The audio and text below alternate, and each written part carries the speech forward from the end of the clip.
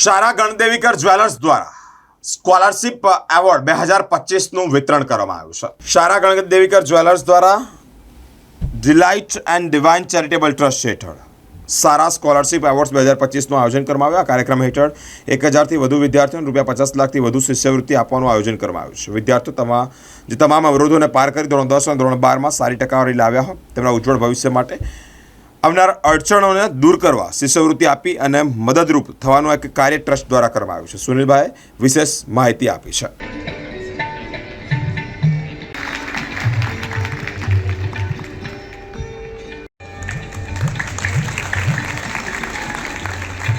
સાથે જોડાયેલા હોય છે એ સાયબર એક્સપર્ટ છે। એની સાથે સાથે પ્રતાપ ખૂબ સરસ એવી સ્કોલરશિપ્સ આપતા હોય છે। એની વ્યક્તિમત્વ એમનું હોય અને એમના આપણા દેશ માટે જે પર્સન્ટેજ આવ્યા છે જેને 12th કોમર્સમાં 94 ભવ્યા કેતન પટેલ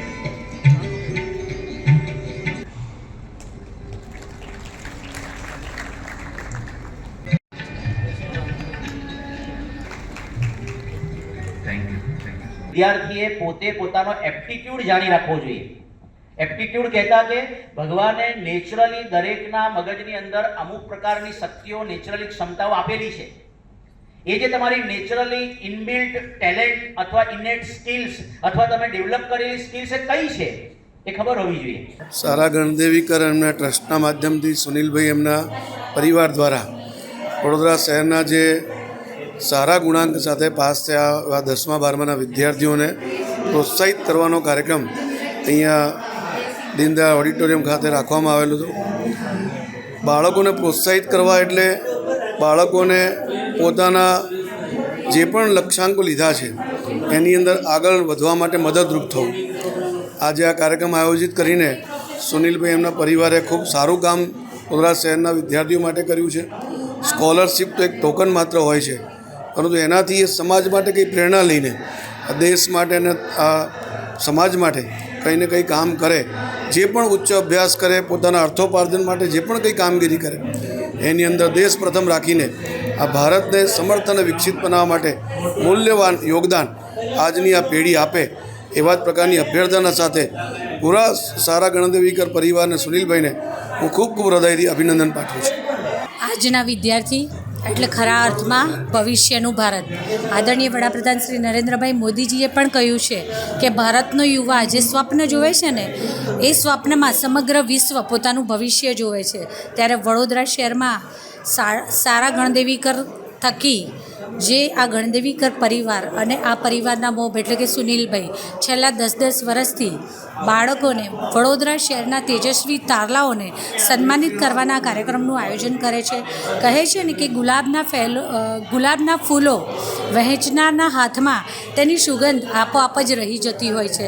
તેવી જ રીતે સતત જીવાતા જતા સ્વકેન્દ્રી જીવનમાં પોતાના જીવનને સ્વકેન્દ્રમાં રાખીને નહીં પરંતુ સમાજને આપણે શું ઉત્તમ આપી શકીએ તે ધ્યેયથી જ્યારે કોઈ કામ કરે અને વિશ્વમાં સૌથી મોટું દાન તે વિદ્યાદાન અને આ તેજસ્વી તારલાઓને કારણ કે કોઈ પ્રોત્સાહનની વસ્તુની કિંમત નથી હોતી, પરંતુ બાળક જ્યારે ખૂબ મહેનત કરે અને મહેનત કરીને ફળ પ્રાપ્ત કરે ને અને ત્યારે એને પ્રોત્સાહિત કરવામાં આવે ત્યારે કોઈ વસ્તુ કે કોઈ ચીજની કિંમતનું મહત્ત્વ નથી હોતું, પરંતુ એને સ્ટેજ ઉપર જઈ અને જે પ્રોત્સાહન આપવામાં આવે છે ને એ એના જીવનના આગળના ઘડતરમાં ખૂબ ઉપયોગી થઈ રહે છે। ત્યારે આવું પ્રેરણારૂપ પથદર્શી પગલું સમાજને જે પ્રેરણા આપે તેવું ભરવા માટે હું શ્રી સુનિલભાઈને અને તેમના સમગ્ર પરિવારને ખૂબ ખૂબ અભિનંદન પાઠવું છું। આભાર।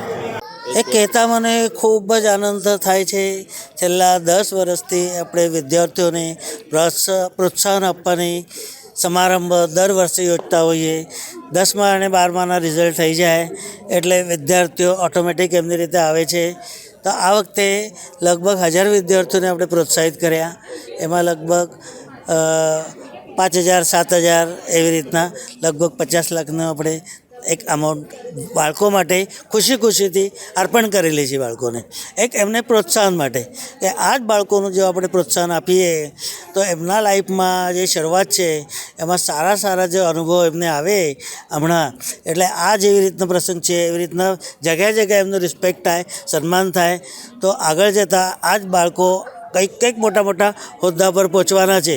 કોઈના હાથ નીચે 50 લોકો હશે, કોઈના હાથ નીચે 200, 500, 1000 અને લાખ 5 લાખ પણ રહેવાના. તો આવા બાળકોને સારો અનુભવ થયેલો હશે તો એમ બધા સાથે એમની સાથે જે સંબંધ આવે બધા જ સાથે સારો વ્યવહાર કરે.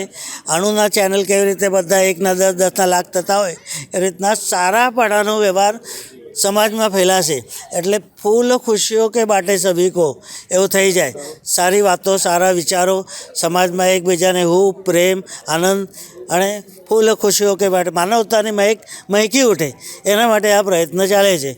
જો આપણે આવું ના કરીએ તો આગળ જતાં સિરિયા વગેરે થતાં વાર ના લાગે. એટલા આપણો સમાજ જે એકબીજાને બાંધીને છે, આનંદથી ખુશીથી રહે છે, આવા બધા લોકો પ્રયત્ન કરે છે, એના માટે જ છે.